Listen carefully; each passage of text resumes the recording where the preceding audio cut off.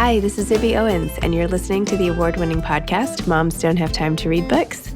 I'm also the host of Moms Don't Have Time to Lose Weight, and I'm the editor of the anthology, which you should run out and buy, called Moms Don't Have Time to, a quarantine anthology.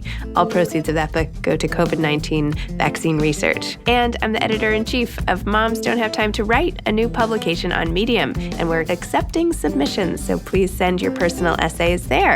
And if all that isn't enough, you can follow me on Instagram at Zibby Owens, and my website is zibbyowens.com. Okay, now back to this amazing podcast. Calvin Baker is the author of A More Perfect Reunion, Race, Integration, and the Future of America.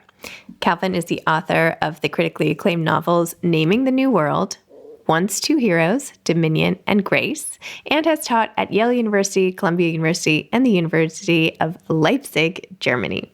Welcome, Calvin. Thank you so much for coming on Moms Don't Have Time to Read Books to discuss A More Perfect Reunion, Race, Integration, and the Future of America.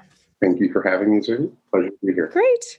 So obviously from the title, we get a glimpse as to what this book is about. But for those who have not read the rest of it, could you give more of a synopsis about what's in this book and why did you feel it was so important to write? So the central thesis of the book is that we talk about race in a very performative way. And we've been talking about race in a very performative way for a long time, and Americans perform a theater of racial awakening.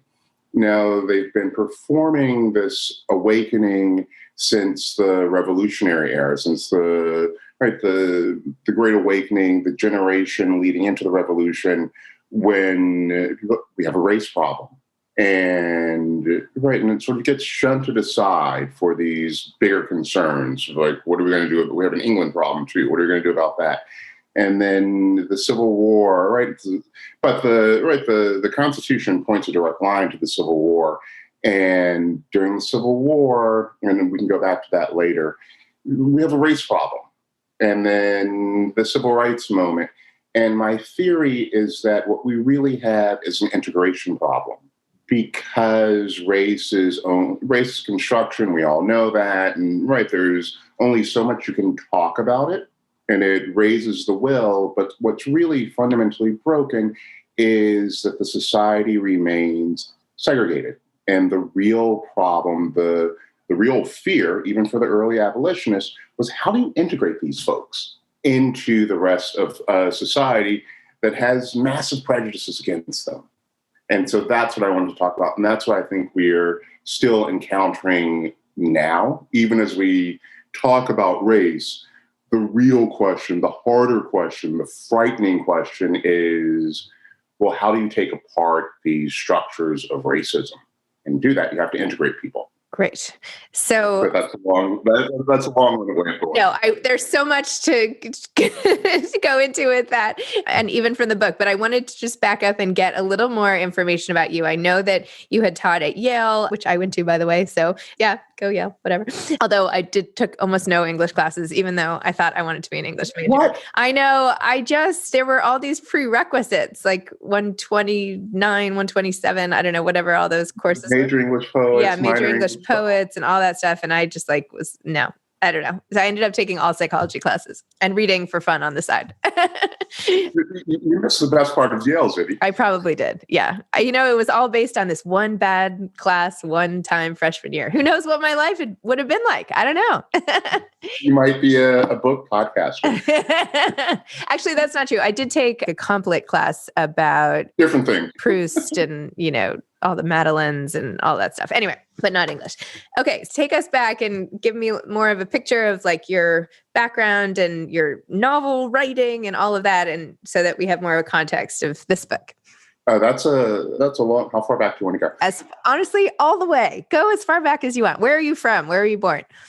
I was born in Chicago in the 70s, and growing up, I had the sense that things were changing. I talked to my grandparents about race, and they saw the world through this very racialized lens because they lived very racialized lives.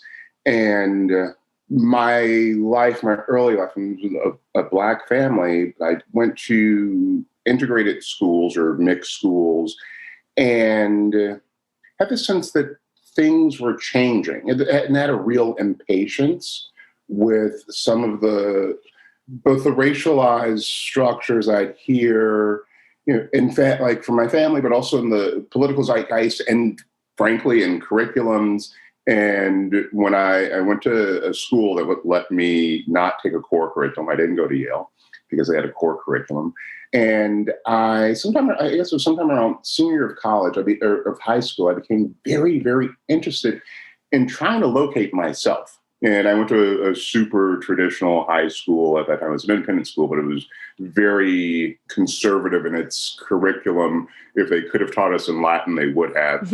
And I wanted to locate my own concerns, myself as a Black person, in the literature and the histories of this country, but also the West, because we know that the forces of migration, the forces of movement around the world that we inhabit started 500 years ago. I mean, they started before that. Like, we could go back to the Renaissance world, but we won't do that because it's early in the morning. But in the modern world, beginning with the age of exploration, beginning in the slave trade and European settlement and all these things, and so much had been erased.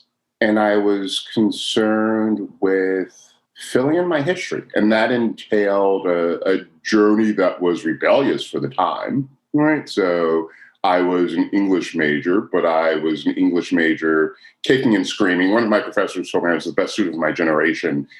This was 20 years after the fact. But because when I was there, everyone wanted to kill me. They didn't know what to do with me. And because I was asking all these really difficult questions, these really challenging questions, and I was asking them of myself as well. And that led to my first book, Naming the New World. And it was a novel about consciousness in my mind and the ways that specifically African consciousness changes in the journey to America. So it begins in pre-contact Africa and ends in contemporary America. And I'm really concerned with these questions, like, how has one changed, right, by these movements? And of course, this is, I think most Americans can relate to this because you have these ancestral stories and, my grandparents or great-grandparents were German, but I'm not German anymore. I'm something different. And I mean, a part of me, or I can claim this Germanist, I can claim this Italianist, I can claim this Russianist, but I'm different. And so that question of change, because we think of Blackness as so monolithic and static, that led to my second book, which was called Once Two Heroes. It's about World War II, because then I have these questions about violence and European violence and violence in the collective unconsciousness of the North Atlantic, of America and of Europe, and these sort of what I saw at the time, these twin mirrors of the Holocaust and the slave trade. And and I mean, you can, if you study these things, and I study these things, you can, you see there are all these parallels that are rising from, what Frederick Douglass called the White Book of Libel. But it's a group of slanders and slurs that are invented once and are applied and reapplied to whoever the dominant group chooses. Right? Like, these folks aren't that creative. There's a single playbook. I mean, you can see the same things applied to the Armenians. You can see it's like the same, like, they're this, they're that, they're lazy or they're right. They're like either really lazy or oversexed or sexless. It just goes like one or two ways, and it's like dot to dot to dot to dot to dot. And so that was the second book. The third book I wanted to write about America qua America. So I wrote this book set in the pre-revolutionary period about a free Black family, one of whom fights in the revolution. This was a phenomena. After the House of Burgess in the 17th century, the Virginia House of Burgess passes a law, because slavery at first is such a nebulous state in America, right? We forget that it's a thing that must be constructed. We always think like, it's always been, people sat around, they thought about how you build this.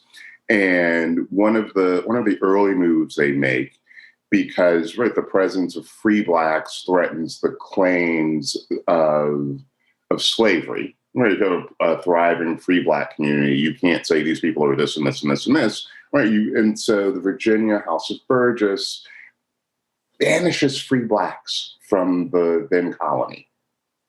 And I mean, they're creating all these black laws, like like the child of an enslaved woman has to be enslaved because there's all this like race mixing, to use a crude term, going on. And right, you've got all these thorny problems because humanity is complex, history is complex, and we got to simplify this. We have to, and so we're going to build this thing called slavery, in which all of these Africans who we claim are inferior and supposed to be subordinate to us would need to be kept in their place so that we can keep making money.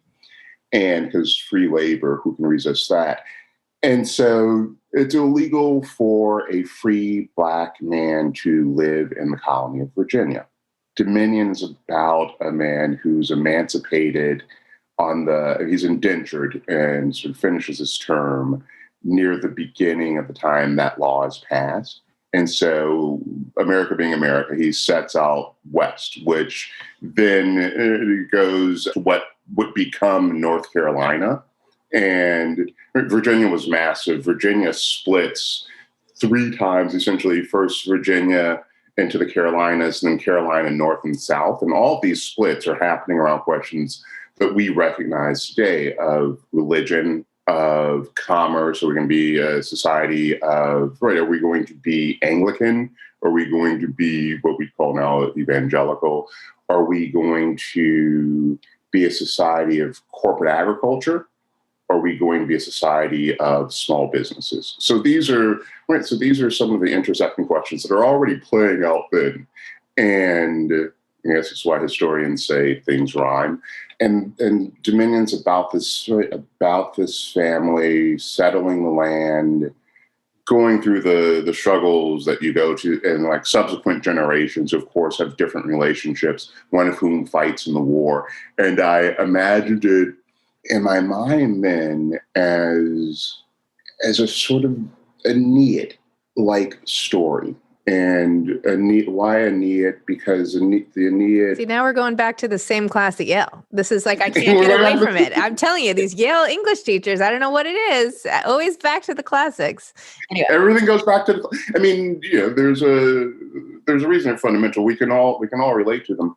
But the canny thing, or the uncanny thing about Virgil as I read him, is he's writing this myth of Rome at a time of collapse, or it's the beginning of the collapse of splintering.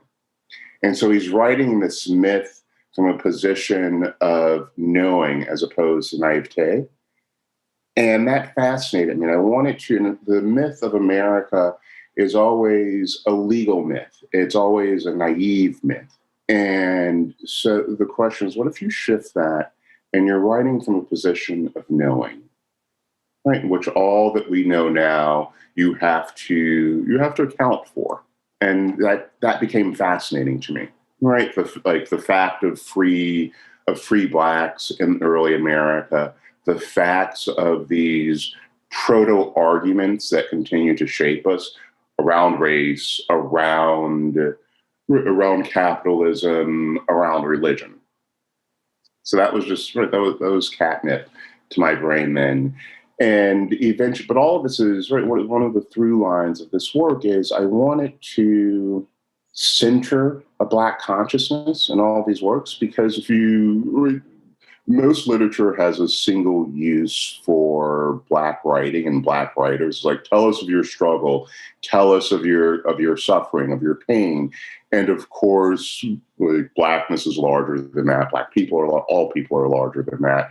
And I wanted to write from a position that wasn't marginalized, that wasn't performing myself or the Black self for white consumption. So now I will teach you about race. Well, you know about race. You grew up in this country. How could you not grow about race? Right? And even if you only know the boundaries of race, the lines of race, racial segregation, like all of these things that are, and I began to talk about these things directly in A More Perfect Reunion. And one of the things I talk about is the way that our built environment is segregated. And right now, like our mental environments, our mental landscapes are like our epistemological systems. I shouldn't use that word this early in the morning, but right, the things that we know, but also where we live, how we live, where we go to school. And I remember having an experience of being in New Haven, and which I love, by the way, and truly a special place. But I had a late class, and after that class, I just wanted to sort of like decompress in nice weather, and I'd walk to the train. I was living in Brooklyn at the time, and people, you can't walk to the train. Yeah. You can't. I would like take my car out to drive to the train to pick people up, FYI. Before it got broken into. And then, yeah. Oh, New Haven. Anyway. We'll come back to that. I remember, we'll come back. I remember visiting. I went to high school on the University of Chicago campus. When I was applying to colleges, I was like, oh, look, I was visiting Yale. I was like, oh, look, a big, prestigious, wealthy university in the middle of a black ghetto. Like, I don't need that. I've experienced that already. But as a professor, like, oh, and at first I sort of was like, oh, and I was like, you're not afraid of black people, Calvin. And I'd start, and so like, I just walked to the train station. But I realized that my trip from my neighborhood in Brooklyn to that campus was moving from one bubble to another bubble. So moving from a space that was like racially exclusive. And I mean, it was Brooklyn, so it wasn't to the same degree, but you get on the train and you come to this other space that was, and again, like Yale isn't monoracial, but it's constructed in similar ways. Like, oh, and there are all of these opprobrium against the other, right? And it is, you can say it's class, but really it's race. And I thought, well, we do that everywhere. The suburbs are that kind of construction. Corporations are that kind of construction. Schools are that kind of construction. And so it's not a thing, when we talk about systemic racism, it's not something that we made once. And we're still like, we're under the weight of what a bunch of people did back in the 18th century. Something we recreate every day. And right, we say subtly, don't go over there. Don't read that. Don't watch that. Don't listen to that. Don't talk to that person. And so it goes on all the time. And it's a matter of recreating not only the race line, yes, but really segregation. And that's what I wanted to explore. And this is the subtle part of the book. There are all of these spaces we tell ourselves are integrated. And this is what I really wanted to dive into, right? Sort of piercing the veil, or what John Adams called the fig leaf of liberalism. And we have all of these spaces that we tell ourselves are integrated. And they're not. They're working by a muddier formula. And so in the book, we look at American politics, right? So we look at Shakespeare, because I couldn't resist myself. We look at Othello, and I wanted to look at something that wasn't racially inscribed in ways that are familiar to us, and also ways that are. So right, all the slurs that Iago's using to exact his revenge or his jealousy upon Othello are the proto-slurs that we continue to know. But in Shakespeare, race isn't constructed. They're gradations of skin color and sort of hair texture, but there's not race. And because you're coming out of a sort of Renaissance world and everything's really just kind of fascinating. You're like, oh, wow, they have people over here and they do things this way, and people are but you don't have these institutions of race yet, right? And so it's why you want to talk about Othello? Killing me. So it's why when the marriage between Othello and Desdemona is found out, and like protestation, right? She lied to her father, and there is no permission. They petition the prince. It's like, he lied, he tricked me. And Desdemona tells her story, and the prince says, he would win my daughter too. And so that's it, right? So you don't have this like official, like these categories of race and these like inscribed prejudices. And I wanted to look at that because that's happening at the same time in England that America is being built. So it happens at the same time the first colonies are discovered here. And I wanted to look at the England that we were coming out of. We look at the revolutionary generations, we look at the Civil War, but we look at American culture too, because I wanted to go not just chronologically, sort of front to back, but also up and down the society. So we look at sport. We look at, which we tell ourselves is this fashion of integration, right? It's just your ability on the field. And I talk about Colin Kaepernick, right, to give lie to that because he subverts that story. I talk about music and specifically hip hop, the way that it's performed, the way that it's consumed, right? And you're like, oh, it's black form, or it begins as a black form, but really it needs white faces to gain acceptance. And then it needs to perform itself for whiteness to remain popular. So, and I look at film and television and some popular shows. We look at This Is Us. We look at Atlanta, which I love. And we look at some of the history of film. So looking at our pop culture and these spaces that we say, well, we're all present. And they're giving us, there's a myth of multiculturalism, of plurality that we now is meant to mean liberals embrace that isn't really so, or it's only so under very narrowly controlled circumstances. Right. So I'm going to make this myth, and it's a myth that we all aspire to. Right, because it's enriching and it sounds like a Supreme Court brief. When I think of, you asked about my life, I think about integration in the personal level. You're like, oh, I wouldn't know some of my best friends 50 years ago, or we wouldn't, or 100 years ago. It never would have happened. So things, like it becomes that person, like, what does a world after the race line look like? It looks like one, opportunity, yes, but also affinity. And we don't choose our friends because, hey, they're just like us. Like everything is proximal, right? And you become friends with those people, those persons around you with whom you have things in common. And that's a privilege in the society because but you're like, oh, what a richer world would it be on the other side of that? And I think we have this nascent idea of that as liberals. We aspire to it, but only just so.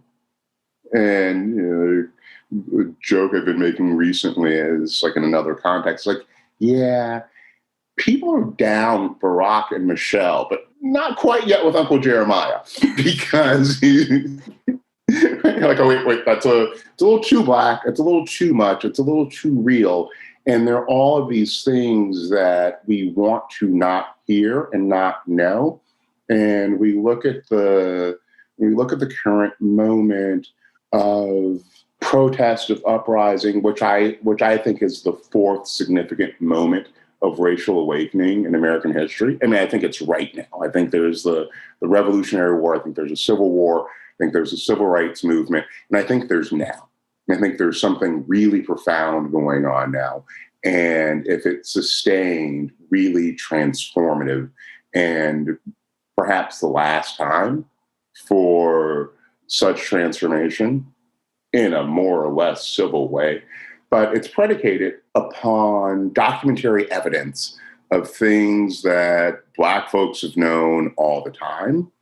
White people didn't want to accept or grapple with because it punctures the veil of American ego. And this is, again, liberals, right? This is because if you are if you're a liberal white person, you're probably living an immigrant narrative. My parents or grandparents it's the 3-generation story. So my great grandparents or my great great grandparents came over, and they came from Germany after all the textile mills shut down. Everybody was unemployed and broke. They came from the Yiddish belt between Germany and Eastern Russia, when pogroms, Holocaust, whole slew of stuff we can take back to the Napoleonic Wars. They come back, and I want to come back to that because we only have 2 more minutes. We're going to keep coming back to 100 things. We need Zibby, you have to stop me. We need 67 podcasts in a row to get to all of your thoughts. I feel terrible. Zibby, they tell me this. I should be succinct. I'm not being succinct. You're sitting there, and we're just talking. Well, I'm interested. I mean, I don't want to cut you off because I'm very interested in everything you have to say. But this is a podcast. This is a podcast. People have no time to listen to podcasts, so we'll have to do it in installments. Okay, I should be more interesting. You are interesting. There's just people only have so much time to listen, no matter how interesting it is. So, but if you're a white liberal, you have this myth that my family came from nowhere, and through hard work they thrived in America. Beneath that, behind that, there are all these federal programs, right? We know about mortgage assistance, the GI Bill, all these things from which Black Americans are specifically excluded and that was the condition of these social programs passing. You can't include Black people. I mean, this even includes parts of Social Security and the ways it was administrated. And so so this when I say it wasn't created once when we built this thing called slavery, it's been recreated every generation, and with the tension of awakening, recreation, and we're going through that right now, by the way, right? We're awakening. We know about police brutality. We know about systemic racism. And on the other side, you've got people fighting tooth and nail to hold on to white supremacy, to hold on to a colonial myth and mentality. And pundits, it's about class, about this, it's about whiteness, pure and simple. And because it's become so deep in the identity and the psyche, and people are what would I be if I gave this up? And they don't know, and they're threatened by it. And so tooth and nail. Well, we're Americans, but if it means that we might not have white power, let's strip folks of voting rights, right? Let's strip people of legal protection. So that's when I say the challenge isn't really knowing about race and racial awakening. It's really integrating all these institutions, because that's the only way you deconstruct it. Amazing. Thank you. Well, Calvin, we will come back to more at some point in our lives. But for now, a more perfect reunion. Calvin Baker. Synopsis. Thank you. Thoughts. Thank you, Zibby. All right. Have a great day. That was awesome. Thank you. You too. Thank you. Okay. Bye-bye. Thanks for listening to this episode of Moms Don't Have Time to Read Books. Don't forget to follow me on Instagram at Zibby Owens and at Moms Don't Have Time to Read Books.